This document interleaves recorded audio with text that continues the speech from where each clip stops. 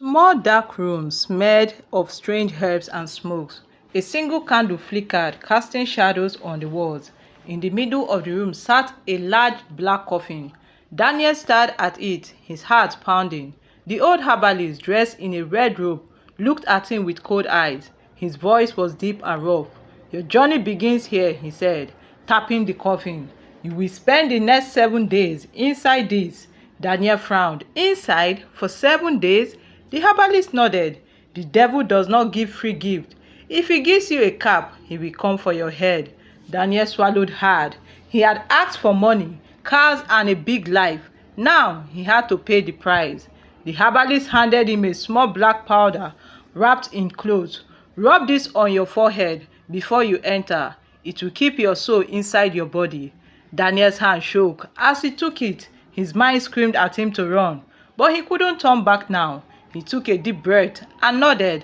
"Let's do this." The herbalist gave him a long, eerie smile. "Good. Now get inside." When I ventured into Yahoo around 2014, I never imagined I would end up staining my hands with blood. The deeper I got into it, the more intense and demanding the ritual began. My name is Daniel, and I come from a humble background.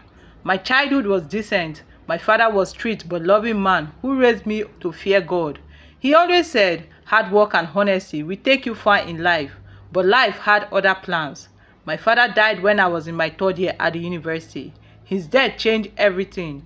I managed to finish school, hoping that my degrees would open doors. I didn't just graduate. I graduated with a first class in business administration. Everyone celebrated me as the pride of our family and community. They said I was destined for greatness, but reality hit me hard. For 3 years after graduation, I couldn't find a job, not even a sales boy in a small shop. I sent out applications, attended interviews, and waited for calls that never came. While I struggled, the boys in my street were traveling to Ghana and coming back with flashy cars. They never sweated under the sun, carrying CVs like I did. They never worried about rent or food. Money flowed in their hands like water, and they lived like kings. Meanwhile, I was still in my mother's house, eating from her pot. One evening, as I sat in our small living room, staring blankly at my phone, my mother called in, and she looked tired, her wrapper loosely tied, her face weary from years of struggle. She sat beside me and let out a deep sigh. "Daniel," she called softly. "Yes, Mama," I responded without looking up. She placed a gentle hand on my shoulder. "My son, I know things hasn't been that good. I know life has been tough, but don't let the pressure get to you. Life will turn around. Just be patient." I signed heavily. "Mama, for how long, Ukwano? 3 years and nothing has changed. I'm still here, broke and useless." She shook her head. "You are not useless. You worked hard for that first class. Your time will come." I frowned, my chest tightening. "Mama, look at my mates. They are buying cars, building houses, taking care of their parents. But me, I have nothing. Is this how I will honor Papa's legacy? With poverty?" She looked at me with sad eyes. "Daniel, life is not a competition. Everyone has their own journey. Don't let desperation push you into something you will regret." I remained silent, my mind clouded with frustration. She stood up and placed her hand on my head. "You are a man now, my son, but I beg you, don't take a path that will bring shame to this family. I know God has a plan for you." That night, I tossed and turned on my tin mattress, unable to sleep. My mother's word echoed in my head. She was right, but so was I. I was wasting my life. I looked around and assessed the situation. If I wanted to escape poverty, I had to do something. That was how my journey into Yahoo began. One particular Saturday changed my life forever. I met a guy named Vince, and that meeting turned out to be the beginning of my destruction. Vin was a very definition of street. From his appearance alone, you could tell he wasn't an ordinary guy. His hair was locked, tattoos covered both arms, and he had piercing in his ears. His outfit, oversized shirt, and ripped jeans that looked like they survived a war. Funny enough, despite his rugged looks, all the ladies in the neighborhood loved him. They giggled and whispered whenever he passed. But my mother, she never liked him. From the first day she saw him, she warned me, "Daniel, stay away from that boy.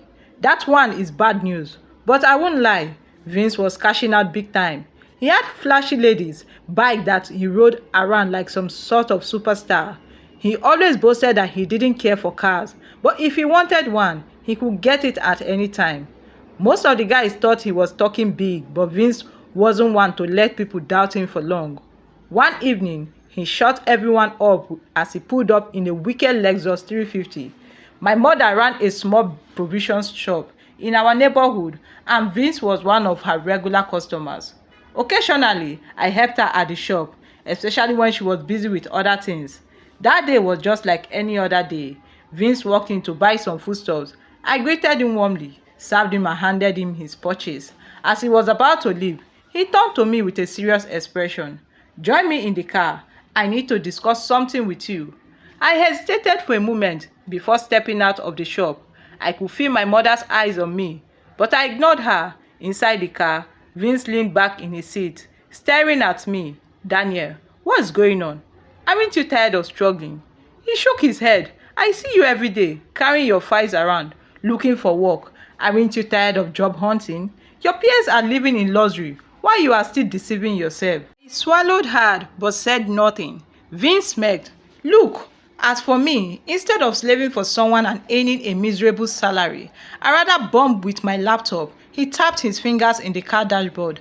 "Daniel, wake up to reality. Don't you want to enjoy life?" We talked for nearly 2 hours. By the time he was done, I felt like my entire life has been a waste. He made me feel like I had been sleeping on my destiny while others were making moves. During our conversation, Daniel revealed something that shocked me. He was worth over 350 million naira. I stared at him in disbelief. He chuckled. "I don't make noise, Daniel. That is how people fall into trouble. If you stay quiet and move smart, you will remain untouchable." He could see the doubt in my eyes, so he leaned closer.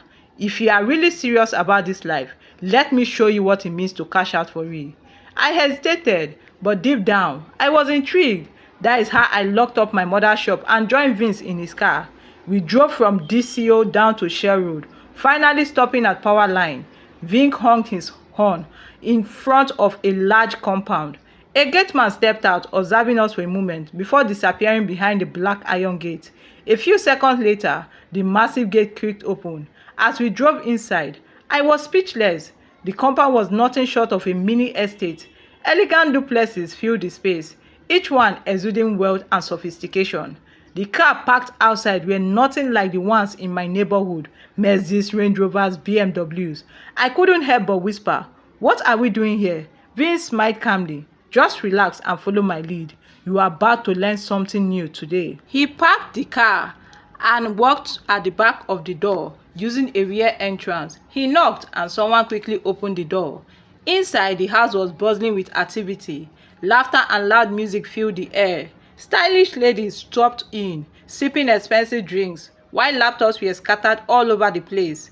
Smoke clouded the room, and in one corner, a group of guys played snooker, laughing as they gambled away stacks of cash. The house was a 4-bedroom duplex with a classy interior. The furniture alone looked like it cost more than everything my mother owned. Vince blended easily, chatting and laughing with everyone. But me, no one even noticed I was there. I felt completely out of place in my simple Ankara outfit, made from fabric that cost less than 300 naira per yard. The ladies especially gave me strange looks, their eyes scanning me from head to toe, like I was a joke. While Vince enjoyed himself, I stood quietly in one corner. I never felt so small in my life. For the first time, I realized I didn't belong to this world. But I also knew one thing. I wanted in. "Bro, let's hit the club and celebrate your new ride," one of the guys suggested. Vince grinned. "No wahala, let's go." Then he turned to me and said, "Daniel, you are rolling with us tonight." I hesitated. I appreciated the invite, but I don't stay out late. Besides, I haven't told my mom I won't be coming home. Vince coughed, shaking his head. "Guy, if you really want to succeed in this game, you first need to do is to gain independence from your mom. This constant going back home won't work, my guy." I thought about it. He had a point. I was tired of being a little boy while these guys were out there living their best life. "All right, I will come," I finally said. But as I looked down at my simple clothes, I frowned. "But I can't wear this to the club. I will look out of place." Vince laughed. That's not an issue, bro. Just get in the car. I will rebrand you today. Vince drove me to an expensive boutique, a place I would never have entered in my own. The clothes on display screamed money. I picked out a white Versace t-shirt, a pair of fitted blue jeans, and a sleek white sneakers with black stripes. The boutique owner totaled everything, 130,000 naira. I almost choked. That was more than my mother's shop made for weeks. But Vince didn't blink. He strode out, grabbed a wad of cash from his car, and paid without a second thought. Come, change your outfit, he said, leading me to a private corner. I pulled off my worn-out Ankara clothes and replaced it with my new attire. When I stepped out, Vince was waiting inside the car. As soon as he saw me, his eyes widened. Damn, bro, I never knew you could look this fresh. See how money dey transform person. He laughed, shaking his head. I swear your mama no go recognize you again. Deep inside, I felt something shift. I couldn't wait to start making money for myself. Then Vince reached out into his glove compartment and handed me one of his fairly used iPhone. Bro, get rid of that your Techno Spark. See as the screen don't crack. You think girls go respect you like this? I hesitated but eventually took the phone. It felt different, heavier, like I had just stepped into a new version of myself. When we got back to the apartment, the girls who had ignored me earlier were all over me. They couldn't believe my sudden transformation. It was as if I had been invisible before, and now they saw different in me. I blended into the group effortlessly, and for the first time, I felt like I belonged. At about 8:30 p.m., we hit the road. The convoy was something out of a movie. Vince drove at the front, leading the way, while 4 other luxury cars followed behind him. I sat in the front seat with Vince, and behind us, 3 fair-skinned girls laughed, snapped pictures, and vibed to the music. My heart pounded. This was a life I had never imagined myself. We arrived at the club on no time, and what I saw that night left me speechless. The hype man didn't let us rest. Vince kept ordering drinks, and before we knew it, the entire club was chanting, "Vince quit, Vince money." The excitement got to his head. He pulled out a bundle of cash and started spraying it everywhere.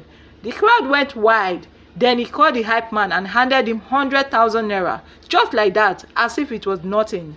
As if that wasn't enough, he also gave the 4 bouncers standing nearby 50,000 naira each. I just stood there observing. Was this real life? If Yahoo was really bringing this kind of money, then I had no choice. I had to do it. After partying hard, Vince turned to us and said, "I don't book hotel for all of us or for Cubana." My heart almost jumped out of my chest. "Choose one of the girls," he added, nodding towards the ladies.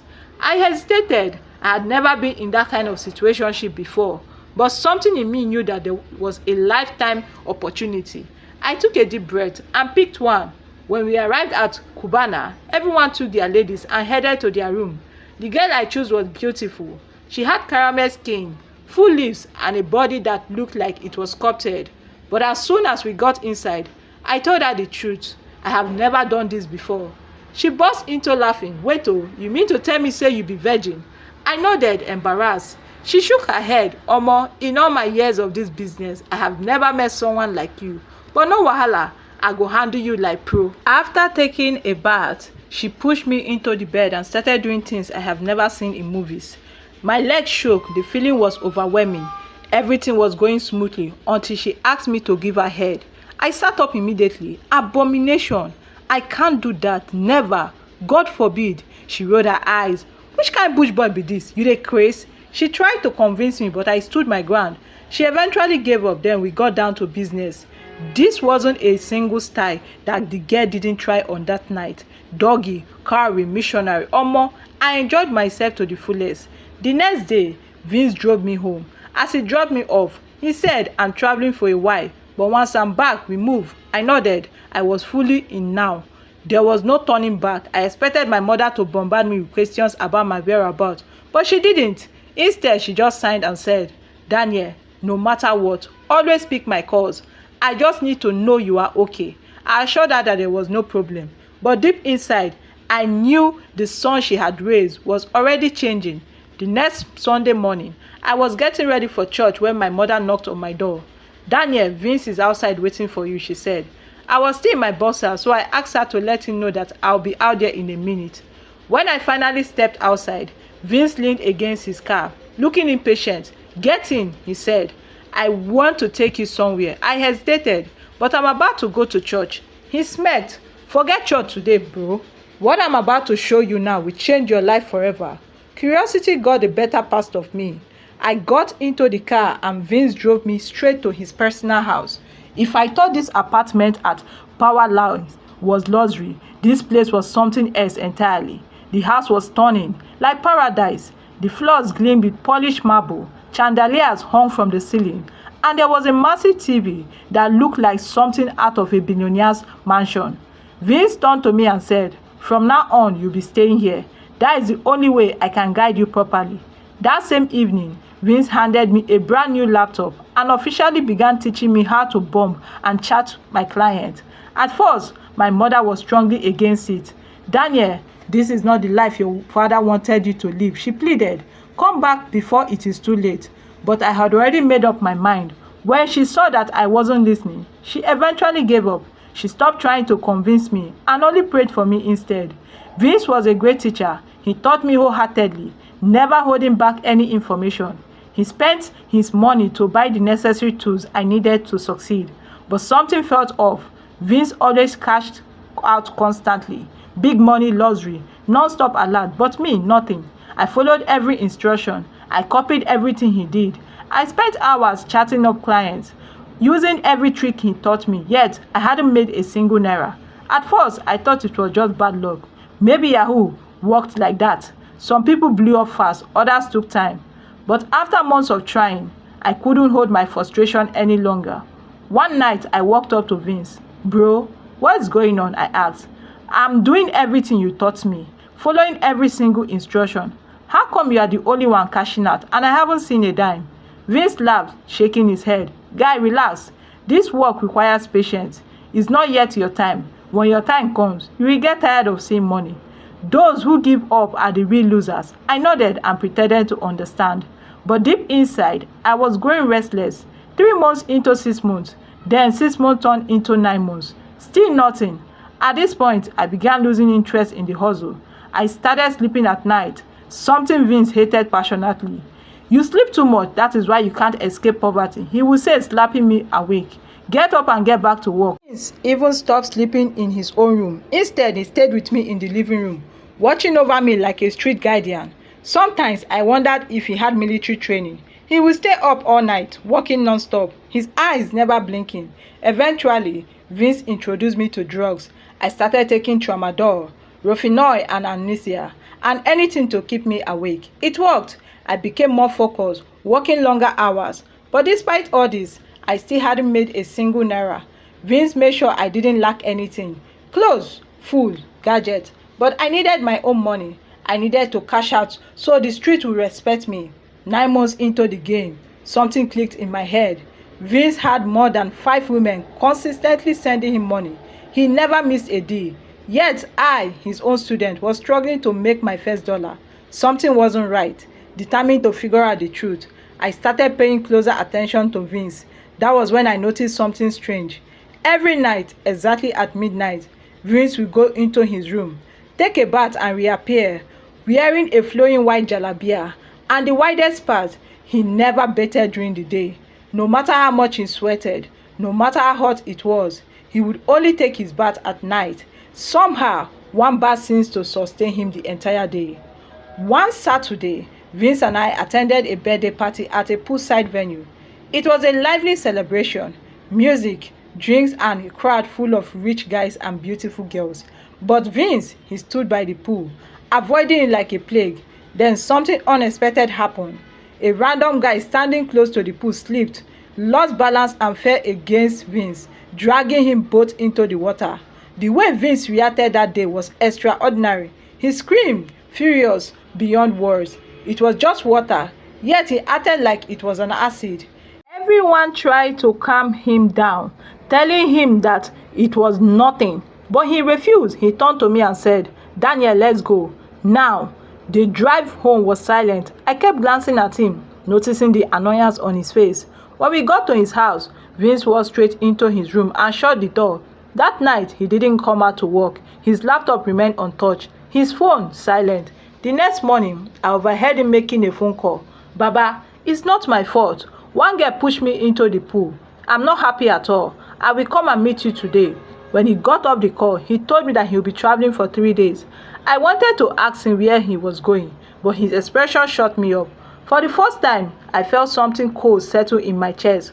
Could my instinct be right? Was Vince using my destiny to fuel his success? The third day, Vince returned, and just like that, his mood had completely changed. He was happy, relaxed, and carefree. For the next 3 days, he didn't even touch his laptop. When I asked him why, he just smiled. I need time to relax my brain, my bro. I didn't argue, I just focused on my own hustle. There is a saying on the street, every hustler has their own pay date. And after 11 months of relentless struggle, mine finally came.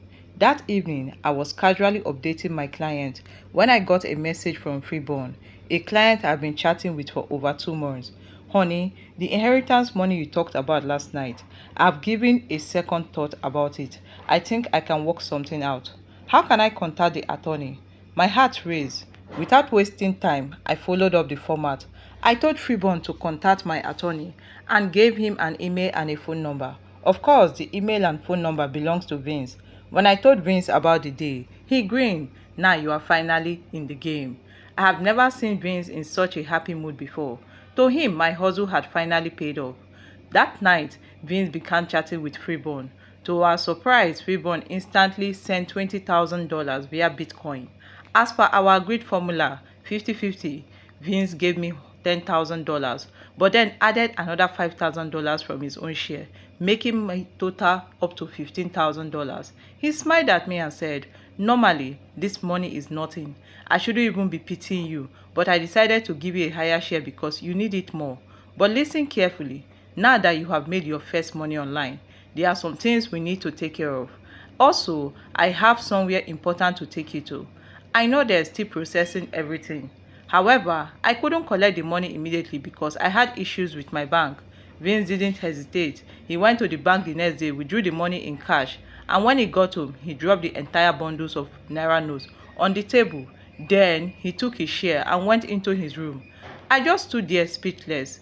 For the first time in my life, I was staring at 6 million Naira in cash. The sight of it was so much that made me to tremble. I was still lost in thought about how to start spending it when Vince reappeared from his room. Man, I am really happy for you, he said, grinning. You finally hit the jackpot. You got into this work by luck, and luckily, your first client paid big. But let me tell you something. Forces beyond your control are tied to this work. If you don't make moves for yourself now, this might be the only money you ever make from Yahoo. I looked at him, confused. I have someone I want to take you to tomorrow, he continued. There's one Baba who can make everything easier for you. But for now, let's do some shopping. You need to start spending like a proper Yahoo boy. I hesitated, but why did you hide this part from me for a whole 11 months? Vince laughed. It's normal, bro. I went through the same process with my own boss. He didn't reveal the part of the game to me until I managed to get a paying client. Another thing, you can't just expose the secret to anyone. I had to watch you carefully to be sure you weren't the type to run your mouth. I thought about his word and realized that some truth was in them. That evening, I and Vince went into town to do some serious shopping. I wasn't bold enough to buy a car, but Vince insisted I must. Before I knew it, he had taken me to a car dealership, and I spent 4 million naira to buy a Lexus. It was later I realized Vince wanted to use me to brag to his friend, claiming his boy had bought a car and was thriving financially. Afterward, I bought some designer clothes and even sent my mother 300,000 naira. By the end of the day, I was left with just 1 million naira. That night, Freeborn started acting funny. After making one payment, he suddenly started giving excuses, saying he wouldn't send any more money. I panicked, but Vince wasn't bothered. Don't worry, he said. Everything will be sorted out tomorrow when we meet Baba. The next morning, we hit the road in my new ride. I was anxious to meet Baba, hoping that whatever he will do will help me increase my remaining 1 million naira. After driving for hours, Vince instructed me to turn onto a bush path. Park the car here, he said. We will complete the rest of the journey on foot. As we walked, he turned to me and said, Guy, when we get to Baba's place, remember, remove your shoes. It is a big abomination to walk in there with shoes or slippers. I nodded, but something in me felt uneasy. When we arrived, I saw a crowd of people. It was then I realized this Baba had many customers. We walked barefoot into a small room where 6 other guys were already seated, waiting for their turn. One by one, they were called into a dark room to meet Baba. Eventually, my name was called. A wave of fear rushed through me. I turned to Vince. "Let's go in together." He shook his head immediately. "Did you see anyone else going in with someone? From this point onward, the fight is yours alone." I was confused. What should I do or what should I say when I get there? Vince smirked. "You didn't need to say anything. Just go inside." I looked at him, then at the entrance to the dark room. Taking a deep breath, I made the sign of the cross and slowly walked in. Vin just sat there watching me, unimpressed by my action. As I stepped inside, the air changed. The room was darker than I expected, and the only source of light was a dim flickering red candle. The scent of burning incense and something else, something rotten, filled the nostril. Then I saw him, Baba, an old frail man with a deep-set eyes that seems to look straight through me. He sat on the floor, surrounded by strange objects, calabashes filled with red liquid, a pile of white chalk, and an eerie-looking blackboard. He didn't speak immediately. He just stared at me for a long time. Then, in a deep, unsettling voice, he said, "So you have come." I felt my heartbeat double in speed. I opened my mouth to speak, but no words came out. Baba leaned forward slightly, his eyes never leaving me. Then, in a voice that sent chills down my spine, "You want more money? Then be ready to pay the price." I swallowed hard. What price? I finally managed to ask. Baba smiled, revealing teeth stained with something dark. "We shall see." And just like that, I knew there was nothing ordinary about the ritual. Something deep inside me screamed run, but it was already too late. The moment I stepped into the dark room, a young man wrapped in a red wrapper stood by the entrance. "Follow me," he instructed in a calm yet firm voice. I obeyed without questions. He led me through a narrow into another chamber where Baba sat deep in meditation. The young boy motioned for me to sit and wait. Minutes passed. 5, 10. I shifted uncomfortably, watching Baba remain completely still, his breathing deep and measured. Then slowly he opened his eyes and fixed his gaze on me. "Daniel," he called. A cold chill ran down my spine. I have never told him by name. The day I realized that this was truly power in this life, then Baba did something that shook me to the core. He began to recount my entire life history, where and when I was born, how my father passed away, how I met Vince, the struggle I faced after graduation. Everything. I sat there, my mouth slightly open, completely speechless. Baba then spoke again, his voice deep and slow. "My child, I understand that you do not speak Yoruba, so I will speak to you in plain terms.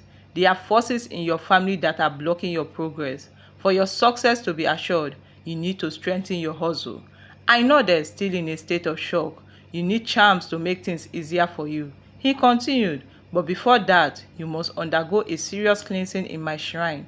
Go and meet the one who brought you here. He will instruct you on what to do. When you are ready, come back. But be warned, once the cleansing process begins, you must stay in my shrine for 7 days. Prepare yourself." I wanted to ask questions, but Baba had already entered another trance. He raised his hand, signaling for me to leave. On our way back, I turned to Vince. "Bro," Baba told me. He immediately cut me off. "Don't tell me anything." I frowned. "Why?" "Because it is a taboo to reveal what happened inside that room to me. Baba's words are meant for you alone. Keep it that way."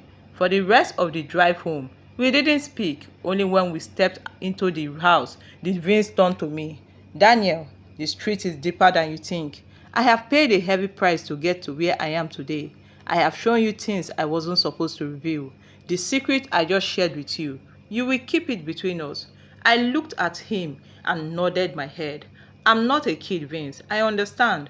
The next few days was tough. My savings has dwindled from 1 million naira to just 580,000 naira. Freeborn, my Texas client, had completely cut me off.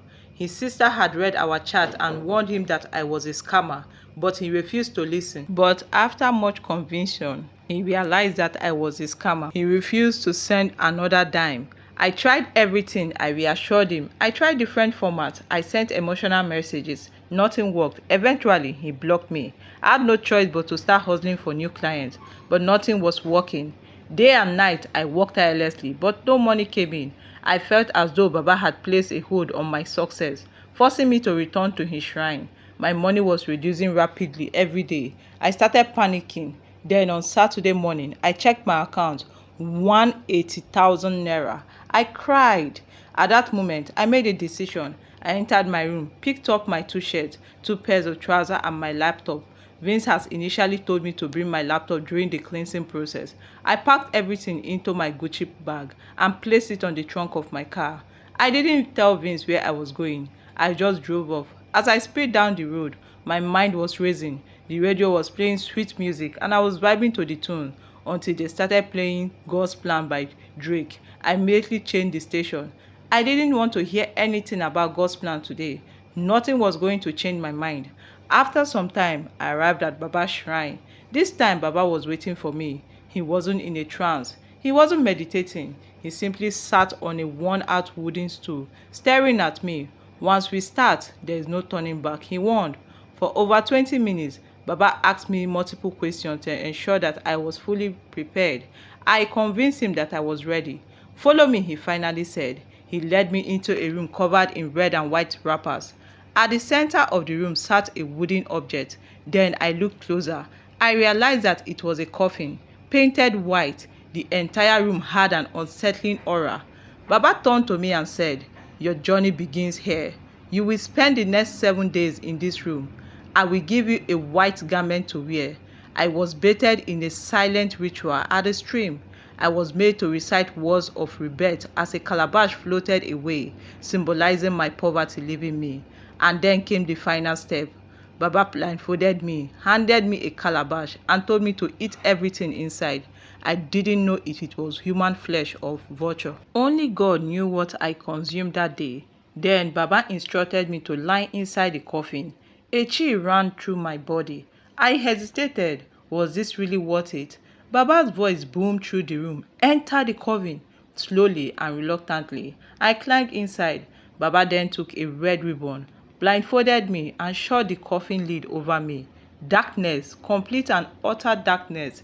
This is where I will be spending the next 7 days. I was terrified, but it was too late to turn back now. When the coffin was finally opened, it felt as if it was only a minute that had passed. The moment Baba opened the coffin, a sharp wave of cold air hit my face. It was over, or so I thought. I sat up slowly, my body trembling from exhaustion. My muscles ached, and my mind felt foggy, as if I had been trapped in a dream of ages. Yet, somehow, it felt as though only a minute had passed. I blinked, adjusting to the dim light of the room. Baba was standing over me, his piercing eyes studying my every movement. "Step out," he commanded. I obeyed, moving cautiously, as if my legs had forgotten how to walk. I had survived 7 days inside a coffin. But what next? Baba didn't waste time. He blindfolded me again and placed another calabash in my hands. "Eat," he said simply. This time the content tasted differently. The first one had been raw, chewy, almost metallic. I don't know what to think about what it was, but this one, it tasted like soup. Thick, peppery with an odd aftertaste that made my stomach twist. I swallowed, forcing myself to finish it. After I was done, Baba removed the blindfold and motioned for me to stand up and follow him. At this point, my mind was screaming me to run. What if I had gone too far? What if this wasn't worth it? But I had already made my choice. I was too deep to turn back now. Baba led me through another hallway. This one was different from the others. Unlike the previous rooms, there was no red and white clothes hanging on the walls. Instead, the entire space was filled with eerie wooden carvings, ugly twisted faces, some with hollow eyes that seemed to watch me as I walked. In the middle of the room, I saw something that made my heart pound. A large black pot, the type usually used to prepare jollof rice for large gatherings, except that this one was different. It was boiling heavily, smoke rising from it in thick spirals, but there was no fire. It sat on three massive stones, yet it bubbled furiously, like it was placed over an invisible flame. I froze. Baba turned to me and said, "Enter the pot." My body stiffened. Am I the one to enter the pot, or are you referring to your servant? I asked half jokingly. Baba's expression darkened. Do you think this is a joke? Enter that pot now. His voice was like thunder in that small room. I swallowed hard and took a step forward. The steam rose, coiling around my skin. I lifted one foot and tested the water with my toes. To my shock, it wasn't hot. It just looked like it was boiling. With trembling hands, I stepped inside fully. As I stood in the strange boiling substance, Baba began to chant incantation. His voice echoed through the room, sending chills down my spine. After some time, he stopped. The bubbling pot suddenly went still. "Step out," Baba ordered. I obeyed. By now, I was weak. My body felt drained. This entire process was taking a toll on me, but it wasn't over yet. As Baba led me back to the main chamber, I was shocked to see Vince sitting there, waiting for me. "How do you know I was here?" I asked, my voice hoarse. He smirked. "When I noticed your laptop was gone, I knew where you had gone." I signed, bro. I feel like my soul is being drained. Vince chuckled. "You are still standing, aren't you? That means Baba's work is successful." Baba walked into the room and handed me my laptop. To my surprise, it was now stained with red oil, native chalk, drops of blood. I stared at it in disbelief. Baba then turned to me and said, "Give 1,000 naira for the work I have done." I nodded. I left the money and quickly changed into my regular clothes. The moment I stepped outside, I felt relief for the first time. It was finally over. Vince led me to the car and drove us away. As we drove, I sat silently in the passenger seat, my head spinning. I had spent 7 days inside a coffin. I had eaten God knows what. I stepped into a boiling pot that wasn't hot. And now, because I was expected to return to Yahoo work like nothing had happened. Was all this worth it? My stomach growing painfully. I turned to Vince. "Bro, take me to a restaurant. I haven't really eaten real food in 7 days." He laughed. I knew he would say that. He pulled up at a local restaurant and I ordered the biggest plate of food I could find. As I ate, Vince leaned back in his chair and started talking. "There is something you need to know, Daniel." I looked up, chewing slowly. "What is it?" Vince's expression turned serious. "You are not the only one who has done this. Many before you have tried, and not everyone made it out alive." My hands froze. "What do you mean?" Vince took a sip of his drink before continuing. "Let me tell you a story about my guy Precious." Vince adjusted his seat before speaking. "When Precious met Baba, Baba told him that he would be rich, filthy rich, but his wealth came with a condition." I frowned. "What condition?" "A native fowl would determine how many years he had left to live." I nearly choked on my food. "What?" Vince nodded. Baba instructed Precious to buy a native fowl from the market. The fowl was starved for 2 days before the ritual. Then Baba scattered corn on the ground. He explained that the number of seeds the fowl ate would represent the number of years Precious had to live. I felt my blood run cold. "What happened?" I asked. Vince signed. The first seed was thrown, and the fowl quickly ate it. Then the second seed, then the third. I leaned forward, holding my breath. But after the third seed, the fowl suddenly stopped eating. A cold silence settled between us. Baba looked at Precious and told him, "You have only 3 years to live." My stomach twisted. "And then what?" Vince shook his head. 3 years later, Precious died, just like Baba predicted. I pushed my plate away. Suddenly, I wasn't hungry anymore. Was this what I had signed up for? Had I just exchanged my life for money? I had no idea, but one thing was certain. There was no going back now. I went straight to bed and slept the entire day and night. I didn't even touch my laptop that night. Vince understood and didn't bother to disturb me. He just let me to rest. The next morning, I woke up at about 5 a.m. and found Vince still in the sitting room, working in his laptop. As I powered on my own laptop, I decided to check my mail.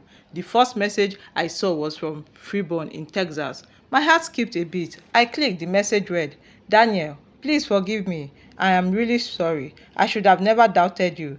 I promise no one will interfere in our business again. Please don't be angry with me. I want to make things right." I stared at the screen completely speechless. This was the same Freeborn who had blocked me and refused to send a dime after the sister got involved. Yet there he was begging for forgiveness. Was this the potency of Baba's charm? I decided to test it. I replied in his message and responded immediately. We chatted for about 15 minutes. I decided to push my luck. I sent Freeborn a bill of 100,000 US dollar. I expected him to negotiate or hesitate, but to my surprise, he said, "Don't worry, I'll send it right away." And just like that, exactly 30 minutes later, the money appeared in Vince's Bitcoin wallet. I was stunned. It felt like magic. I turned to Vince. "Bro, Freeborn just sent 100,000 US dollar." Vince barely reacted. He shrugged and said, "That is nothing. You haven't seen real money yet. This is just the beginning." I couldn't believe his calmness. To me, $100,000 was life-changing money, but to Vince, it was pocket change. He told me, "Every client you be will comply with your demands. Now, just keep working," and Vince was right. The money kept coming. One day, I decided to ask Freeborn more about himself. I needed to understand his financial worth so that I could bill him accordingly. He told me that he was in real estate and opened premium properties in Cyprus and Albania. That was all I needed to hear. I continued billing him gradually, increasing the amount each time. At one point, I billed him $300,000. It took him 2 days to send the money, but eventually he did. I was now rich beyond my imagination. With my newfound wealth, I decided to invest wisely. I bought expensive plot of land in prime location. I also built a 4-bedroom apartment, a place to finally call my name. It was time to become independent and part ways with Vince. One day, I decided to visit my mother. If nothing else, at least let people see that I had arrived. When she saw me, she was shocked. I had gained weight and looked fresh. Thanks to my constant living in an air-conditioned environment, she held my hands, looked up and down. "Daniel, my son, tell me, how did you make this money?" I smiled. "Mama, it is an online business." She sighed in relief. "Thank God, as long as you are not stealing or doing something evil."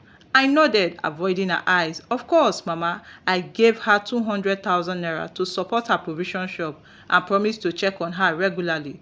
Everything was there at the beginning must also have an end. I decided to part ways with Vince. I took my time to explain to him why I needed to go out on my own.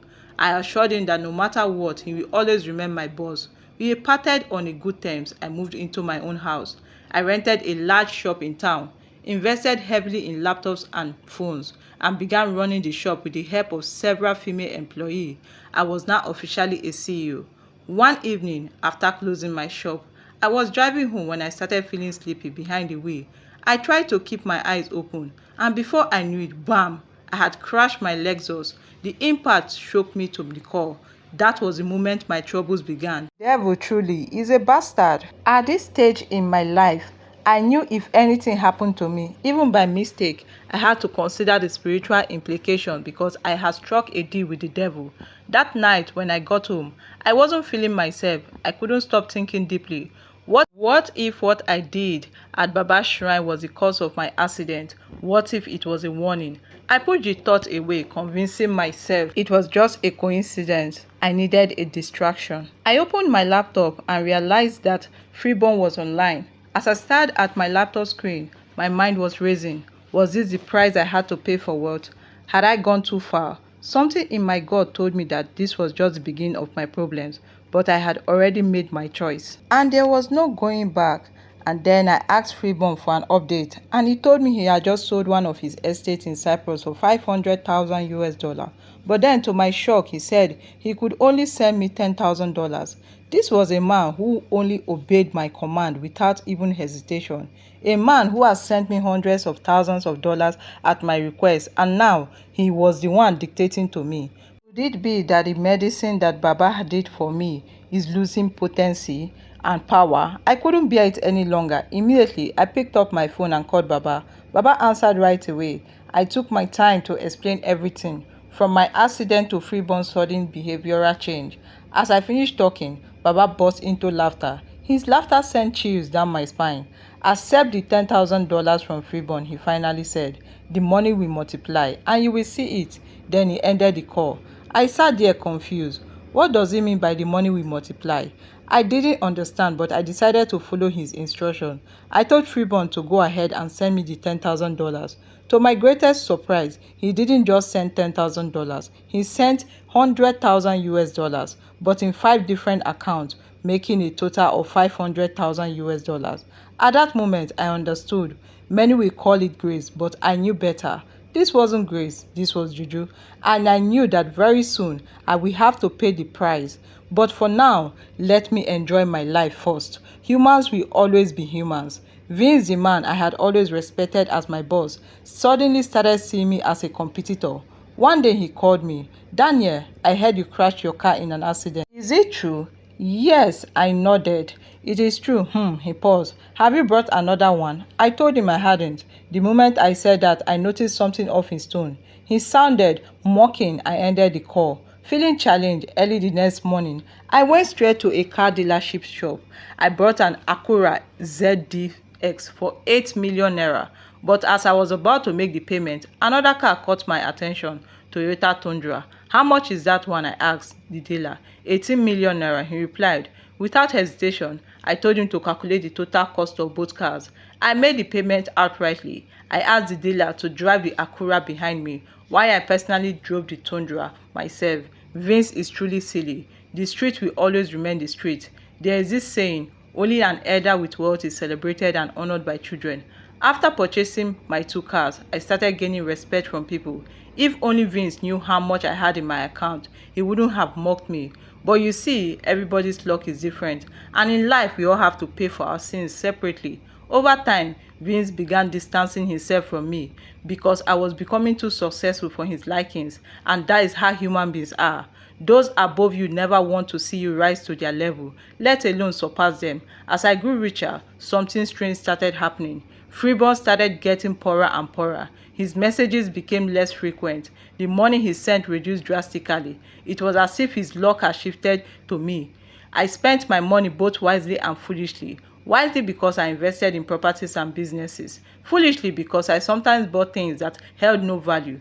They say money made through illegal means is hard to manage wisely. When you don't have money, you think you use it wisely when it comes, but when the money finally arrives, you start spending recklessly. Almost everyone falls victim to this. Within a year, I had become so wealthy that I no longer held money in high esteem. I felt fulfilled. I visited my mother, restocked her shop, and even bought her a Toyota Highlander for easy transportation. As people shouted Happy New Year, my phone rang. It was Baba. Baba's voice was calm, yet firm. Daniel, it is time for you to sleep inside the coffin again for another 7 days. My chest tightened. Baba, again? Yes, he said. Just like before, I assure you that your wealth will surpass that of the previous years. You will become unimaginably rich. I sighed deeply, Baba. To be honest, I am tired of money. It is coming in an overwhelming rate. Anytime I bill a client, they don't hesitate to send the money immediately. Baba laughed. That is why you must renew the ritual. Life on the street isn't easy. If you want to keep enjoying, you must pay the price. I didn't respond. Deep down, I knew he was right. I knew that one day, Baba would give me a difficult condition. But for now, I just wanted to enjoy myself while I still could. Everything was going smoothly until I got home and saw 16 missed calls from Baba. Alongside the missed calls was a text message. It is time. The moment I saw the message, fear gripped me. I won't lie, my hands were trembling as I dialed his number. When Baba picked up, he didn't greet me. He simply said, Daniel, prepare yourself. Baba instructed me to come and see him immediately. Without hesitation, I grabbed my Tundra key and hit the road. As I drove, my mind was racing. Whenever Baba called me urgently like this, it was never for something small. A few minutes later, I was sitting face to face with him. Baba leaned forward, his sharp eyes piercing through me. Daniel, where was your phone when I called you? I hesitated, Baba. He raised his eyes, silencing me. Learn to always keep your phone with you wherever you go. It is for your own good. I may need to pass an urgent message to you at any time, and you must respond immediately. You never know what could happen. I nodded, feeling the weight of his words. Baba cleared his throat and continued. I believe you are enjoying yourself already. You have everything you ever wanted. This type of ritual is what we call minimum effort, maximum result. Whatever you involve yourself must yield positive outcome. I remained silent, listening intently. But let me warn you, the deeper you go, the more complex it becomes. My stomach tightens. The gods have sent me to deliver a message to you, Baba said. You need to organize a party, invite people, ensure they eat and celebrate. I frowned. A party? Baba nodded. Yes, This is not ordinary ritual and celebration. It will serve a purpose beyond what the human eye can see. I felt uneasy. Baba leaned in closer. Unbelievable things happen in this world, Daniel, but ignorant people remain unaware. Many destinies have been used for ritual without the victims realizing it. That is why you often see intelligent individuals who are unable to translate their skills into wealth. Their destinies have been sacrificed for rituals, and in many cases they die broke. A shiver ran down my spine. I had seen such people before. You will need to purchase 12 cows in total. Baba continued. 6 of them must be buried. The remaining 6 should be cooked and served to the guests at the party. I swallowed hard. Baba, why must I do this? He looked at me, unblinking. The 6 cows that will be eaten carry something special. Anyone who eats from them will unknowingly transfer their good luck and destinies to you.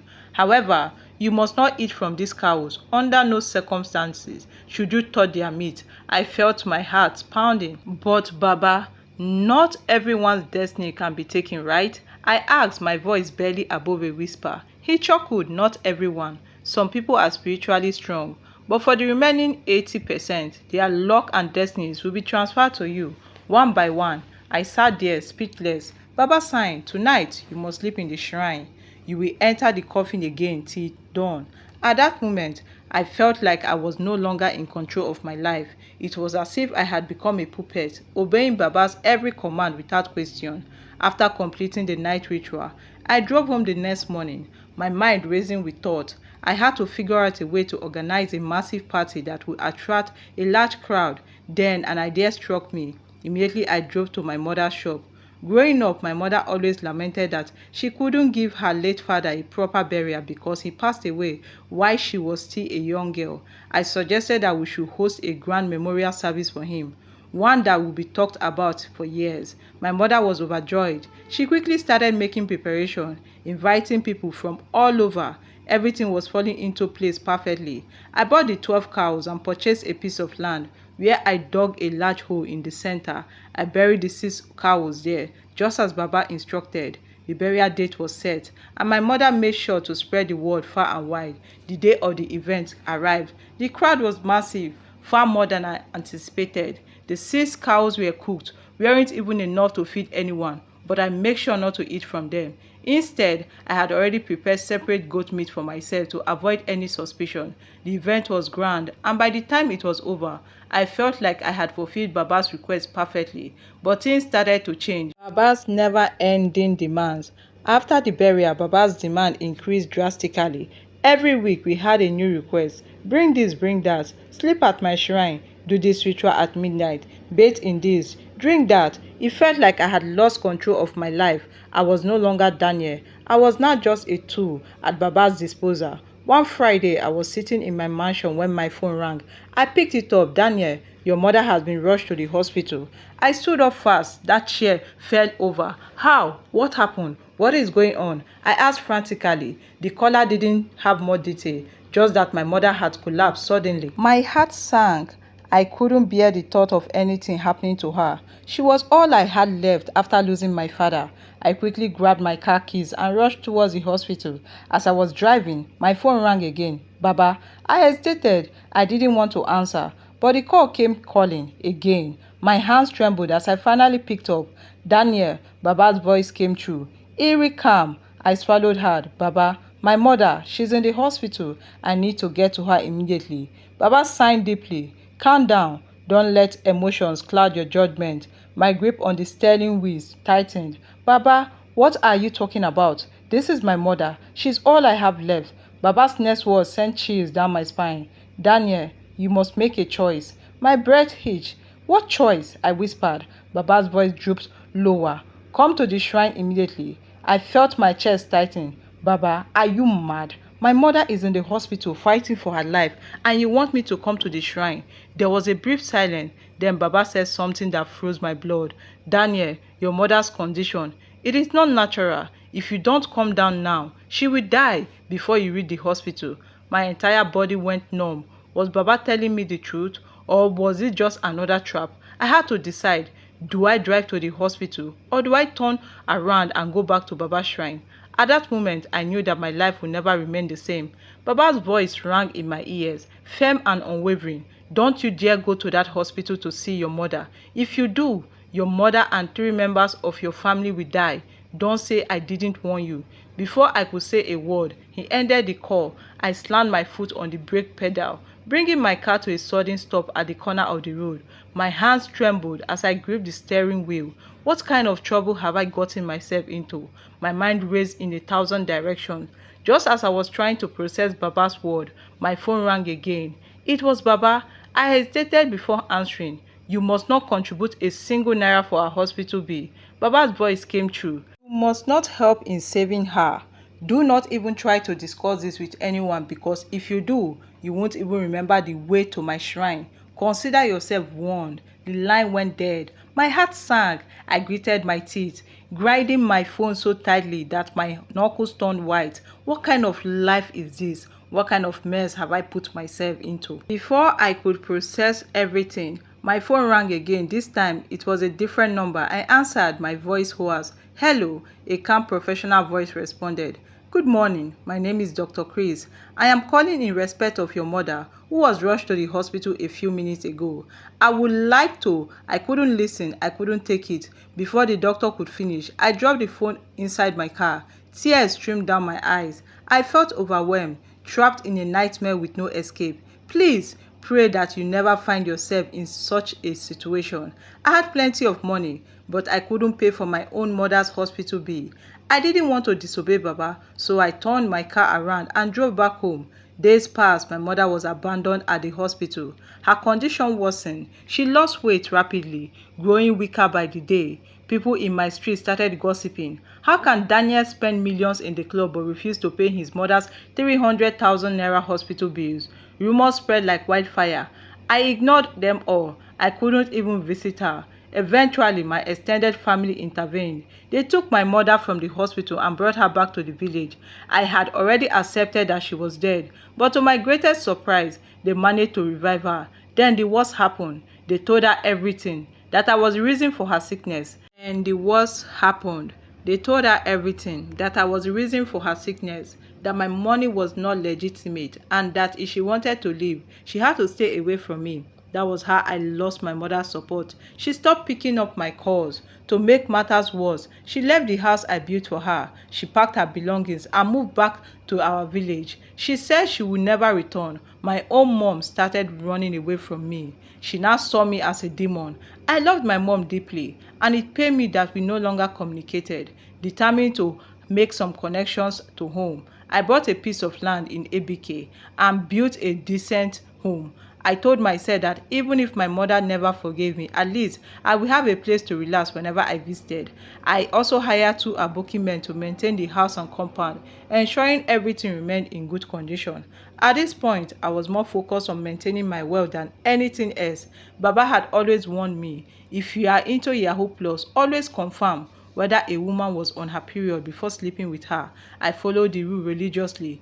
That is why I never had much affection for women. They were just distraction. One evening, bedroom kicked in. I decided to visit a hotel near my house. I went to the VIP section in the upper room, overlooking the swimming pool. That was when I saw her. A beautiful light-skinned girl, swimming gracefully in the pool. She had a body that stood traffic. I quickly finished my glass of tequila and went downstairs to meet her. But by the time I got there, she was already out of the pool. Up close, she was even more stunning. Her name was Judith. We exchanged numbers, started chatting on WhatsApp, and within a week, she was mine. At first, everything was perfect. I spoiled Judith with gifts. I sponsored 3 trips to Dubai for her. She even asked me to follow her to Dubai once, but Baba's constant demands stopped me. I thought we were good until one mistake ruined everything. One night, we went to the club. We got drunk. By the time we got home, we were too wasted to think straight. Judy never told me that she was on her period. I never asked, and in our drunken state, we slept together. A week later, something strange happened. All my clients stopped responding to me. No emails, no messages, no transactions. At first, I thought it was normal, but then 2 weeks passed without a single payment. I knew something was wrong. I needed answer. I immediately grabbed my car keys and drove straight to where Baba was. As I got to the shrine, I pulled off my shoes at the entrance I was about to enter Baba's room when his assistant blocked my path. "You must leave immediately," he said, his face pale. "Why?" I demanded. He lowered his voice. "I see death and doom following you." My stomach dropped. I froze, looking around as if I could see the doom myself. The assistant did not move. "Go back now." I turned around, walking slowly towards my car. I wasn't sure whether to leave or wait. Then my phone rang. It was Baba. I quickly answered. "Hello, Baba." Baba's voice was low and serious. "Daniel, this matter is no longer about me. When you entered my shrine just now, I noticed you looked unclean." My heart pounded. "Unclean? What do you mean?" "It is connected to blood." I gasped. "Baba, which rule did I break?" Baba signed. "You know the rule, Daniel. You slept with a woman while she was on her period." My blood turned cold. "Baba, I swear I didn't know," I pleaded. "Ignorance is not an excuse." Baba snapped. I felt like throwing up. "What do I do now, Baba?" He exhaled.